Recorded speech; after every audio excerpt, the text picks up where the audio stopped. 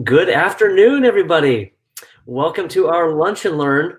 My name is Roger Morgan. I'm the founder and CEO of pawTree. And today, as always, at Lunch and Learn, we've got with us Brooke Sloat, Director of Product Development. Hello, Brooke. Hello, Roger. Hi, everybody. Hope you're having a great Friday. These Lunch and Learns we've done, Brooke, I got to just thank you on behalf of everybody. I know you get a lot of shout outs at the end of each of these with a lot of gratitude and thanks for doing these. And I know for certainly just for myself, who I already feel like I'm a pretty knowledgeable pet parent. I know that these Lunch and Learns have helped me. And I know they're helping people, pet parents across the country, both pawTree customers and non-pawTree customers, to learn more about how we can be empowered as pet parents to really help our pets, and not just to survive but to thrive. And that's what these Lunch and Learns are all about. And today's topic is no different. So we've got a wonderful one today. I'm excited to hear what you have to say about this one, Brooke. The topic is do away with a doggy breath for good. And I know there are a bunch of pet parents out there who are thinking to themselves, if I could do away with doggy breath, that would be like finding a gold mine. Just a wonder. It'd be like winning the lottery. Just that day where you're like, what? I could be living, my life in a different way tomorrow than I did today. And this is one of those topics because most of us with pets deal with it, and we don't have to, is what I think you're going to tell us based on some wonderful information. So shall we dive in? And I guess the question that that I would ask, why is this such a hot topic among pet parents? Okay, so we're going to just dive right in. So first of all, let's just be clear what we're talking about here. The phrase doggy breath is not a term of endearment, you guys. It just means that your dog's breath stinks. Okay. Right. So if someone were ever say to you that you have doggy breath, oh, heaven forbid, right? Yeah, exactly. Take that piece of gum or mint that they're offering. So the reason that this is a hot topic, number one, is because it's noticed a lot because your dogs are constantly kissing you and in your face and things like that, right? So that's why it's noticed. The reason it's such a hot topic is because good oral hygiene is very, very important for both us and for our pets. And for our pets, really important to their overall health. Unfortunately, though, most dogs have oral disease by the age of 3. And what that means, like if they have poor oral health, that results in painful mouth conditions, difficulty eating. To give you an example, I get calls many times from people saying that their pet isn't eating, or, that's one of the things that's going on. And I always ask how old the pet is. When did they have their last dental? Because difficulty eating could just be it hurts them to eat. So you might need to soften the food or basically take the dog to the vet. Okay. But I digress a little bit. So poor oral health also results in bad breath, which we're now affectionately terming doggy breath, gum disease, and costly dental procedures. And a recent study showed that 2/3 of pet owners don't provide the basic dental care that their veterinarians are recommending. We brush our teeth every day, and it really is important for you to do the same for your dogs. But this is rarely done because it's very challenging to do. If you've ever tried it, it's not that easy to do. And that's why many pet parents have experienced this doggy breath, because it's very challenging. And if you can't brush your teeth, what do you do? That's right. And I totally get that, because it is extremely difficult to brush a dog's or a cat's teeth. Very few of our animals will let us just kind of dig around there on their teeth and open their mouth. And I have a hard time getting a sock out of JoJo's mouth, let alone like getting her mouth open to, pried open to brush her teeth. So, so that makes sense that we've all experienced it. So what can pet parents do about this breath situation? I love the breath situation. The breath. Okay, so they can take, pet parents can take your dogs to the vet for annuals, okay, annual dentals. These can be costly, but it's really the only way to really know what's going on in your pet's mouth. A visual exam by you or your vet can only tell so much. The x-rays that the vet takes, those are key to finding out if there's a real problem. Unfortunately, though, the only way to do the x-rays is to put your pet under anesthesia, which many of us don't like to do because of the risks. But I will tell you from personal experience, I have Shih Tzus. Their mouths are crowded. They do get dentals every single year because that's my vet's thing. Okay. Dentals are something that are very important to him. And he's one of the first vets that I've met that kind of makes it a requirement to do it every year. But I remember one time that had he not done the x-rays, that he would not have discovered an abscess in one of my dog's mouths, and she was having difficulty eating. So just to give you some personal experience. Okay, so there's the dentals, and there are lots of dental products in the market today. Some are better than others. So there are rawhide chews that are coated with enzymes that your pet can chew on. But a lot of pet parents don't want to give rawhide. Rawhide gets slimy and gets to be a potential choke hazard because they get it really, really soft, and then they try and ingest it. Okay. And sometimes that enzymatic stuff has an odor all of its own, you guys. It's not very good. So I rather have the doggy breath than that personally, but that's just my personal opinion. There are oral rinse solutions that you can spray in your pet's mouth, but often these contain chemicals that you don't want your pet ingesting, and especially ingesting daily, right? And there are also hard dental chews in the market, but many of those contain gluten, and gluten will essentially stick to your dog's teeth. So they're chewing on them for a long time, but they're more of what we call an occupier. They really don't do much cleaning for, on their teeth. So we developed, because of all of this, and we know how hard it is for pet parents to brush their pet's teeth, we developed a solution for this, and it's our pawTree dental sticks. Okay. Okay, so we've got a solution. I mean, I do appreciate how, I do think it's wonderful how on these lunch and learns you provide with us. There are times to see the vet. There are times there are a lot of products on the market to address various pet health issues. And I think it's important for us to be empowered and understand, what those options are. You mentioned the pawTree dental sticks. Obviously, we're partial to those as we develop them.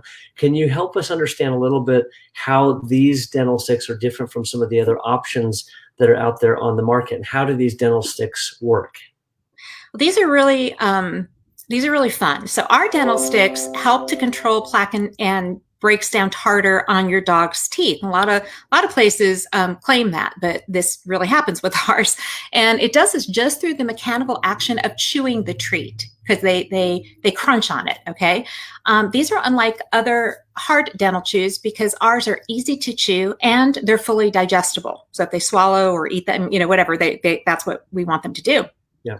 But they do work in a unique way. And the best way to think of this, I'm very visual, so I want you guys to picture eating an Oreo cookie. Oh, I like Oreos. Yeah, I know. Yeah. Are you talking about eating a double stuffed Oreo cookie? Because that's my favorite. It could be any stuff. Okay, any stuff. I will tell you now. I am not telling you guys to feed your pets Oreos. I'm just trying to give you a visual. So when you eat an Oreo cookie, that stuff gets all over your teeth, right? It's kind of gross, but that's exactly what happens with our dental sticks. It literally has an Oreo effect in your dog's mouth. And that means that they take a few bites of the chew and of the stick, and they chomp, chomp, chomp, which is what we want them to do. And while they're doing that, it coats their teeth with the active ingredients. Similar to an Oreo, but with Oreos, you're putting sugar and carbs all over your teeth. So not the best thing. Oh, I like them. Yeah. Exactly. And Raja, you need to eat before these lunch and learns. Okay. I know. I'm getting hungry just thinking about double stuffed Oreos. Okay, sorry. I digress. We want this stuff to get all over their teeth. And because we have spearmint and parsley in them, and that will have an immediate effect in getting into all the nooks and crannies in their mouth and helping to neutralize and freshen their bad breath. But the most important ingredient is the seaweed that we use in our dental sticks. And this special seaweed breaks down the biofilm on their teeth. And there's layer upon layer upon layer of biofilm, which is what tartar is made of. So our dental sticks coat your dog's teeth with the ingredients that break down the biofilm or the tartar. And this helps to decrease the viscosity of the biofilm on their teeth. So it's basically like you're brushing. But our dental sticks work differently than hard dental chews because ours work in work at the very top and bottom of the teeth, at the gum line where the tartar really is. It doesn't work where they're actually just chewing them, you know, like the ones that have gluten. I'm not going to name any, but I'm sure you guys all know what I'm talking about. That doesn't send anything up to the top of the teeth, doesn't coat anything. You want it at the gum line, which is where all this tartar basically is, okay? Mm. And the form that we use in this treat form, because your dogs are going to love these, right? It's really just the mode of application. It's an easy way to get the active ingredients in their mouths because they love the taste of them. They're going to want to chew, and it's much easier than trying to brush their teeth. That makes sense. Like I said, I have a hard time getting my dogs to open their mouth with my hands around them anyway. They don't mind if they want to give kisses or lick, you know, my face, but when it comes time for me to, you know, try to touch or get in there and maneuver inside their mouth, it's amazing how tight that grip can be. They'll just clamp down. And it's like, you know, you're not getting in. You know, this is Fort Knox. So that's wonderful. Okay, so that helps understand, you know, kind of some of the mechanics of how our dental sticks work. Anything else on our dental sticks before I go into the next question? Yeah, I would also say that if you use the pawTree dental sticks, and you use that coupled with a low-carb diet, that's going to help your dog maintain good oral hygiene. Remember, most domesticated dogs are fed high-carb diets filled with grains that can't break down in your dog's mouth because they lack the enzyme amylase, which we have in our mouths. So when we start eating, the amylase starts working in the mouth, breaking down stuff, you know, before it even hits your stomach. They don't have the amylase, okay? So the high carb diets result in tartar buildup in the mouth, and this is where our dental sticks can really make a significant difference.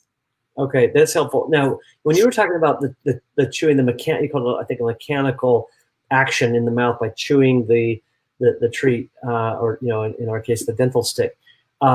Is this? I have a question for you, because I feel like this may be a fallacy that I've heard, but what you just said triggered a thought from the past. Is it true that if a dog eats something crunchy, that's enough to basically clean their teeth? You know, that mechanical action is happening. If they eat something crunchy, it's going to kind of help clean their teeth. Is that true or not true? That's definitely not true, and I'll explain why. But I think where you're getting that from is many years ago, there was a particular company that basically advertised and said, hey, look, feed your dog anything and then give them this treat afterwards and they'll crunch on it and boom, it'll clean their teeth. Okay. Guys, that's like me telling you to go ahead and eat pretzels. And that's enough to clean your teeth. So don't brush your teeth, just eat pretzels, and that crunch is going to clean your teeth. Just think of it that way, okay, and how ridiculous that sounds. I think you understand why eating high carbs is not going to clean your teeth, and it's not going to clean your dog's teeth either. So no, you must do something else to help them clean their teeth. Yeah. And remember when I said that the poor oral health may result in painful mouth conditions and difficulty eating? As I mentioned before, this could be, and it's important that you guys remember this could be a reason why your dog stops eating his kibble all of a sudden. You might think they don't like the kibble anymore, but it just may be too painful for them to eat. Remember, our pets are very stoic and they really don't often show pain. One way you can test that without too much bother is take your kibble, rehydrate it with water. So pour water over it and let it stand for a little while, put it in the refrigerator or something, and let it soak and get soft, almost like mushy, and then see if they'll eat that. Because now you've softened their kibble. It still is nutritious, but you can just see if it's easier for them to eat. That's just an idea. A great tip. That's a terrific tip. I mean, I periodically I've noticed, one of my dogs in particular, and I've wondered if it's anxiety. It sounds like it could also be maybe some pain in the mouth, but periodically she'll stop eating for a day or two. And that's another thing for me to be aware of. That's excellent. So as we kind of think about wrapping up this thought, dental health is a big issue that almost all of us as pet parents face with one or more of our pets. And you've talked about some of the different products on the market without necessarily referring to a specific product, but you've talked about our dental sticks and why we believe so strongly that they're so effective. Could you just, it's a lot of information for people to process. Could you just summarize for us what's kind of the main, takeaway about dental health, and in particular, our dental, sticks, and how they're going to help a pet thrive and not just survive? Okay.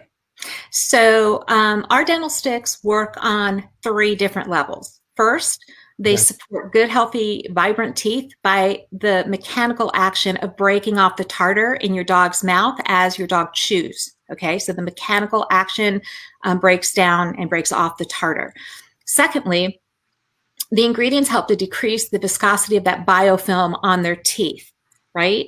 And that's why I talked about the seaweed, okay? And then the addition of parsley and spearmint help to freshen and neutralize their breath. So you're getting them 3 different ways, as we kind of like to do at pawTree. More than one way works better. I love it. I always think of it as this multimodal. I've heard several of our veterinarians on our advisory council talk about that, and this multimodal approach. It's one of the things with pawTree I can speak of specifically as the founder.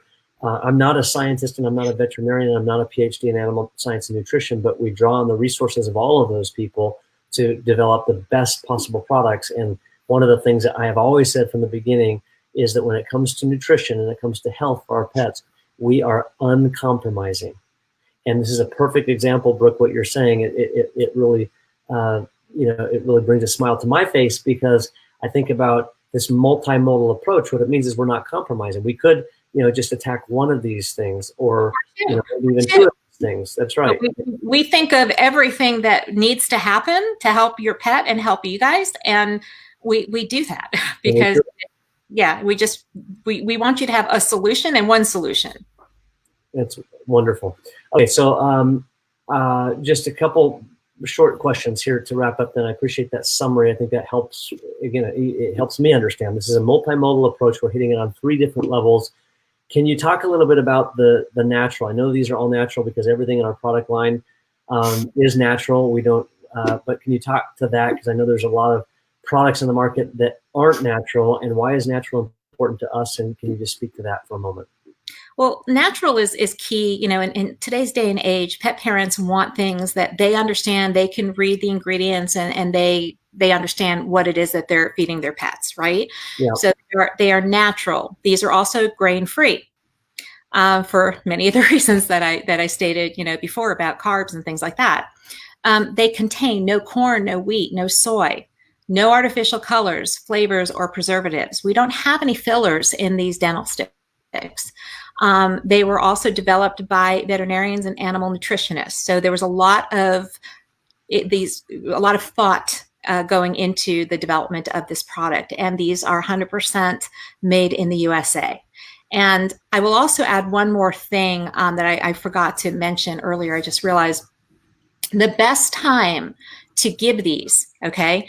Ideally, you could give, one after every meal if you wanted to, but the best time, so the best time is after a meal. And if you're going to just do potentially 1 a day, it would be after your evening meal, after any treats or anything that you would give before bedtime, because then it has time to work all night long without having extra food. Excellent. As long as they're not getting up in the night having a midnight snack. Correct. Yeah. Okay.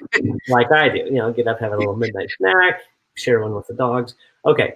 So lastly, because we have talked about this being, certainly dental health is both a dog and a cat issue, but we've talked on these dental sticks really about dogs. Do these dental sticks work for cats as well? Actually, no. They work extremely well for dogs, but they are only for dogs and not for our feline friends. And the reason for that primarily is the iodine content in it. Fine for dogs, but not fine for cats. So that's why you just want to give these to your dogs. Okay. and maybe one day we'll have a product for the feline friends out there. But I think it is important. It's something also that I think we really at pawTree try to do whenever possible. If we can develop a supplement, a nutritional supplement that works for both dogs and cats, we do that if we don't compromise on the efficacy of how it will deliver results. And this is a perfect example where, in order to make it absolutely the best possible result for the dogs, it needed to be formulated in a way that it was not available for cats, and vice versa. Sometimes we have products that are, in order to really deliver the right results for cats, it can't be also formulated for dogs. And so every now and then in our product line, we have something that's specific to dogs or specific to cats. Most of our nutritional supplements and treats are appropriate and formulated for both dogs and cats, and can be, makes that easier for a pet parent to have one product and give it to all of their pet family, so to speak. No, 100%. And this is also, much more noticeable for, with dogs, because they're in your face, right? Cats are not necessarily that way. So I think it's, honestly, it's just a bigger issue that dog owners recognize. Yeah. Makes sense. Well, there you have it. Do away with doggy breath for good.